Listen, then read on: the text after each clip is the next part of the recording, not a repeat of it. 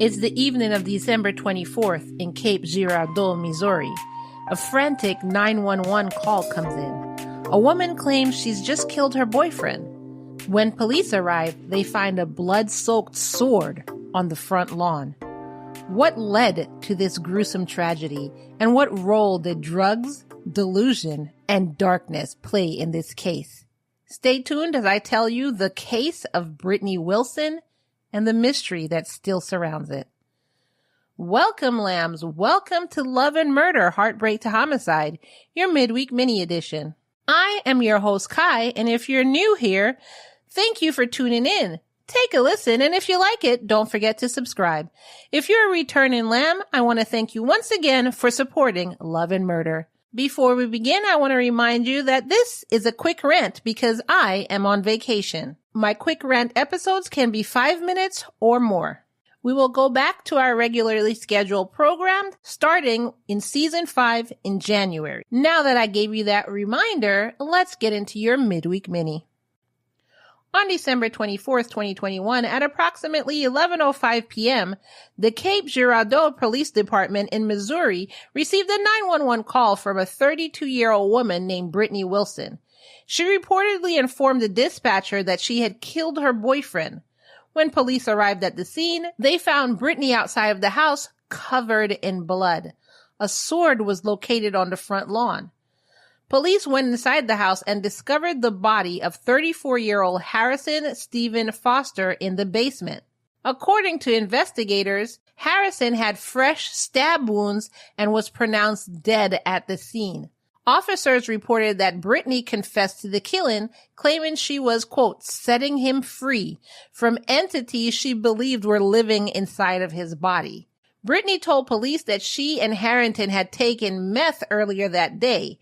She alleged that Harrison had, quote, several other entities living inside his body for months and claimed he was harvesting body parts from people. Brittany said that she stabbed Harrison 3 times to set him free from these entities. After the stabbing, that's when she called 911 to report what she had done. Brittany was arrested at the scene and taken to the Cape Girardeau Municipal Jail. They recovered the sword used in the attack from the front lawn.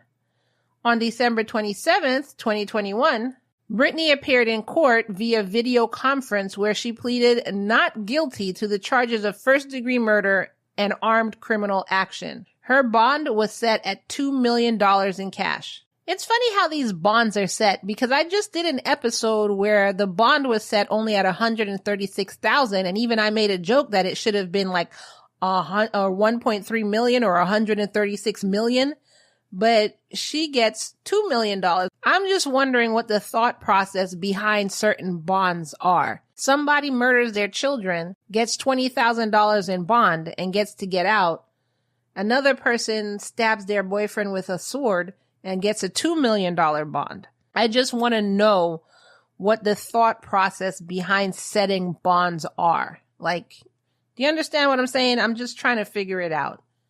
The investigation is still ongoing, but initial reports indicate that no other residents were present at the time of the crime.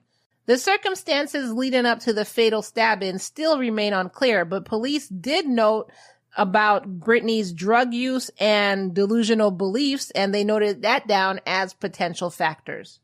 Now, one of the lambs sent me this case, and actually I decided to do this case because I was going to do something else, but I decided to do this case because when I clicked on the link and I saw Brittany's mugshot and then I read the headline, I knew I had to do this case. Apparently, the year this happened, her mugshot had made its rounds online. And I'm going to go ahead and put the picture in both the Patreon and the Facebook group. So if you want to see why this mugshot made me do this case and why it made the rounds online, basically made her famous, quote unquote famous, you know, in terms of look at this crazy person's mugshot, then head on over to the Patreon, patreon.com/love and murder. You could become a lamb. You get case extras such as this one. Or if you're not ready to join the Patreon yet, you could actually join Patreon for free. I'm going to have it in the free option of Patreon as well, so you can see it there. Or you can go over to the After the Pod Facebook group and I'll have the picture in there. So you have 3 options to be able to see this picture. All of the links are in the show notes below. When you go to Patreon to sign up for free, it's an option. You have an option there to sign up for free. Patreon.com/love and murder. The Facebook group link is in the show notes below. I just saw this picture and I was like, okay. I didn't even know what really happened, but I was like, somebody's really going through something. As the legal proceedings move forward, Brittany's defense team is expected to address her mental state and alleged drug use at the time of the crime. Again, drug use is not an excuse. Repeat after me. Drug use is not an excuse. No. Brittany remains in custody at the Cape Girardeau County Jail, and unfortunately, no matter how much I searched, I could not find an update to this case. I have no idea if she's gone to trial yet, or if she's still in jail, or just nothing. I can't find anything. But I'm going to keep looking on into 2025. This happened in 2021. I'm thinking by now she should have gone to trial. She should be in jail. She should be in prison or out, one of the two, because it's been a while. But I will continue looking into this case into 2025. And that is all I have for you for today's midweek mini. Be sure to head on over to the Facebook group or the Patreon to see this picture. Let me know your thoughts about this, or have you heard about this case? Were you in that area and you heard about this case? Have you seen her picture?